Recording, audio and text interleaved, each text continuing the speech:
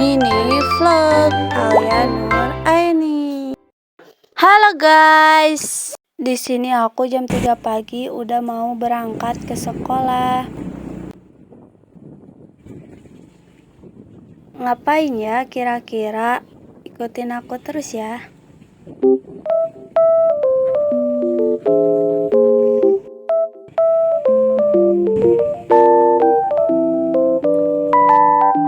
Jalanannya sama sempit sekali, guys. Selesai sampai di sekolah, aku di sini menunggu teman-teman yang belum datang dan di absen untuk menaiki bus yang mau dinaiki. Setelah itu, aku langsung menuju ke bis. Nah, di sini aku bawa barang-barang buat di sana. Nah, aku akan menuju ke bis, yaitu aku ke bagian bis 5 bersama kelas 10-3. Oke teman-teman, stay tune. Nah, aku di sini sudah berangkat untuk menuju ke Kampung Naga karena aku disuruh untuk membuat project P5, yaitu yang bertemakan tentang gaya hidup berkelanjutan yang berkunjung ke Candi Cangkuang dan Kampung Naga. Kali ini aku akan pergi ke Kampung Naga, yaitu sekitar 2-3 jam perjalanan dari Seman 6 Cimahi ke Tasik. Oke guys, stay tune.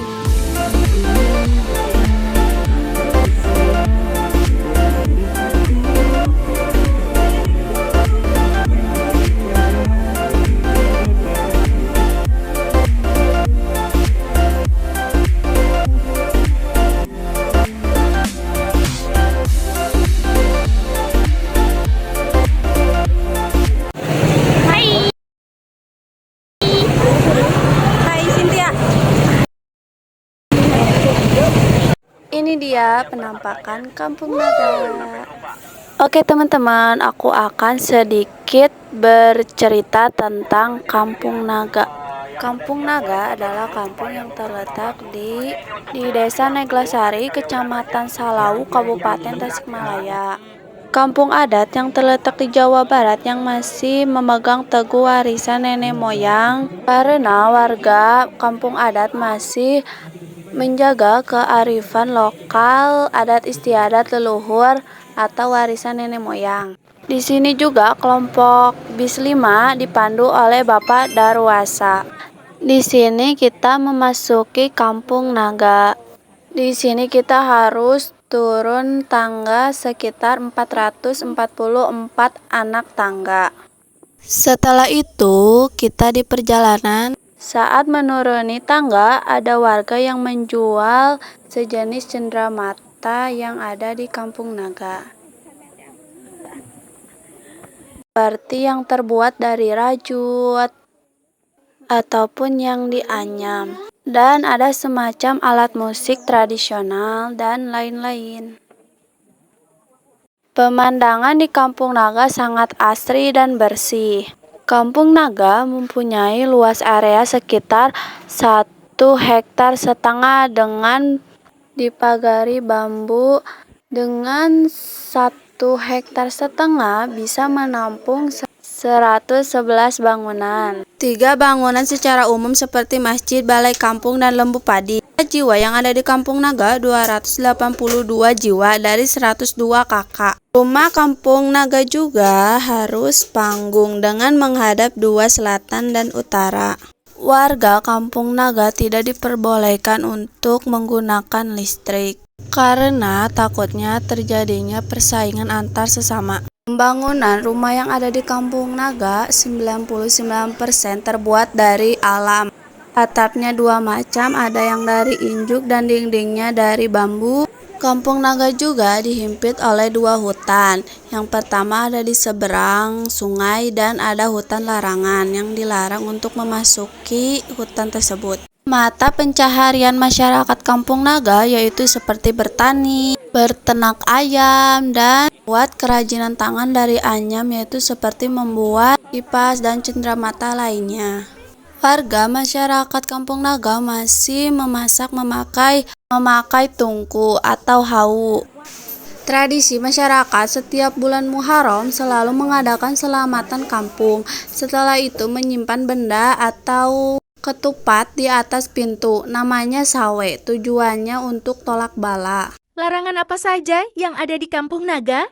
Warga di sini seperti dilarang bikin rumah permanen, juga dilarang menggunakan listrik, dilarang memasuki wilayah hutan larangan dan mengambil kayu dari hutan larangan. Kata yang dipegang teguh itu kata pamali. Pamali itu mungkin larangan yang tidak boleh dilanggar. Bahkan mau tidur, mau duduk, kaki tidak boleh selonjoran ke arah barat. Ya. Kan dibikin rumah di sini. Ini misalkan kalau ada Kita di sini dikenali dengan bermacam-macamnya alat musik tradisional.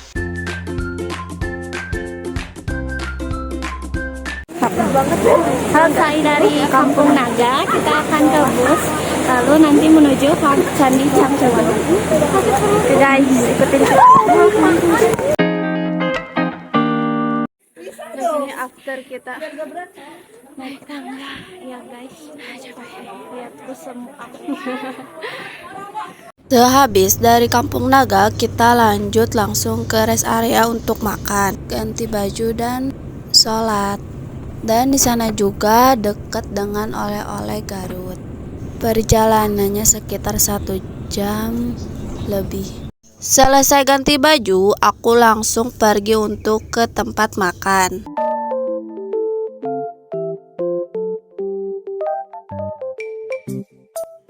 Menu makan siang hari ini.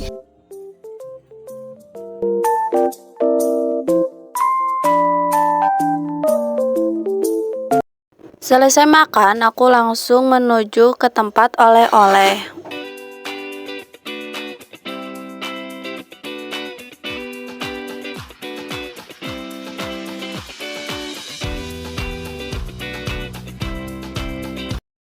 Guys, kita sudah sampai di Candi Cangkuang. Seperti biasa, kita di sini dikasih pengarahan dulu dan kelompoknya sesuai bis. Ini dia penampakan Candi Cangkuang saat di luar. Di sini kita akan memasuki sungai untuk melewati Candi Cangkuang karena Candi Cangkuang berada di seberang sungai. Ini dia rakit yang akan kita naiki. Rakit ini juga terbuat dari bambu loh. Dan masih digayu oleh emang-emang. Oke teman-teman, ikutin terus ya.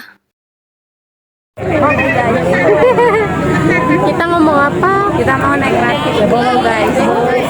Buat menuju Candi Cangkuang. Kita mau naik rakit dulu guys. Dadah.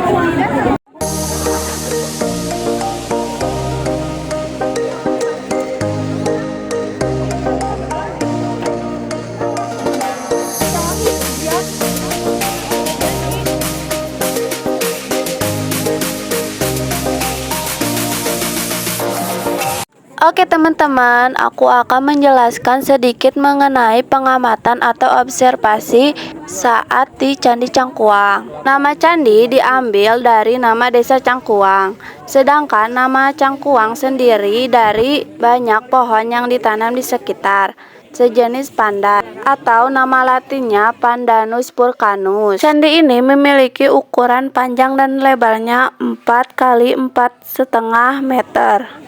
Dan tingginya 8,5 meter.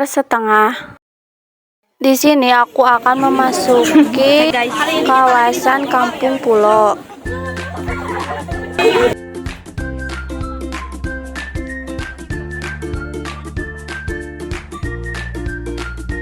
Kampung Pulo adalah kampung yang terletak persis di tengah-tengah danau. Kampung Pulo ini memiliki bangunan pokok yang berjumlah 7, yaitu 6 rumah, 1 musola. 7 itu simbol putra-putri Arif Muhammad.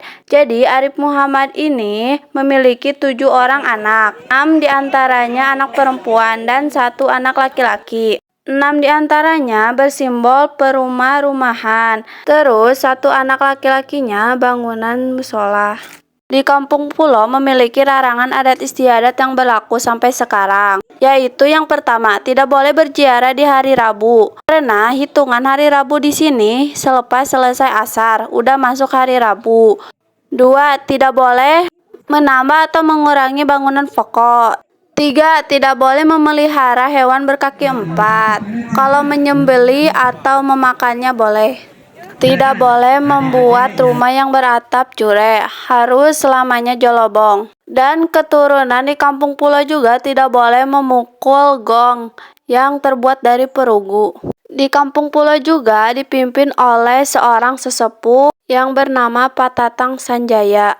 Beliau adalah kuncen. Di Kampung Pulo juga mata pencahariannya adalah petani. Dan ada yang berdagang, yang berada di luar, yang seperti berdagang cenderamata dan lain-lain. Tradisi atau ritual yang masih dilakukan Kampung Pulo yaitu yang pertama memandikan pedang pusaka.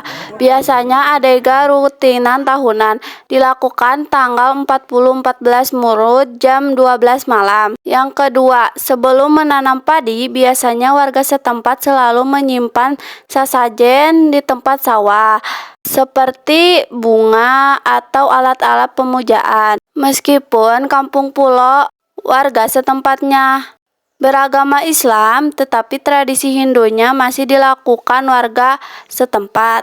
Kenapa ada bangunan toilet termasuk bangunan pokok atau tidak?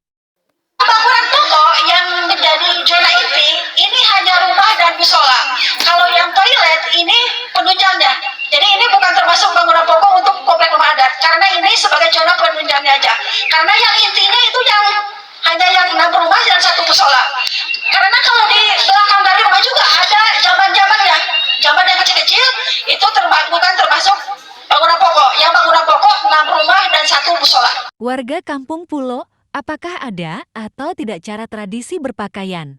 Pakaian kami sebenarnya sudah lebih modern ya. Karena kalau untuk yang pakai kebaya itu rata-rata orang yang memang sudah sepuh. Itu yang usianya 103 tahun memang pakai kebaya. Tapi kalau untuk yang usia 60 ke sini enggak. Mereka paling pakai gamis. Karena rata-rata mereka pakai kerudung, jadi mereka pakaiannya itu gamis.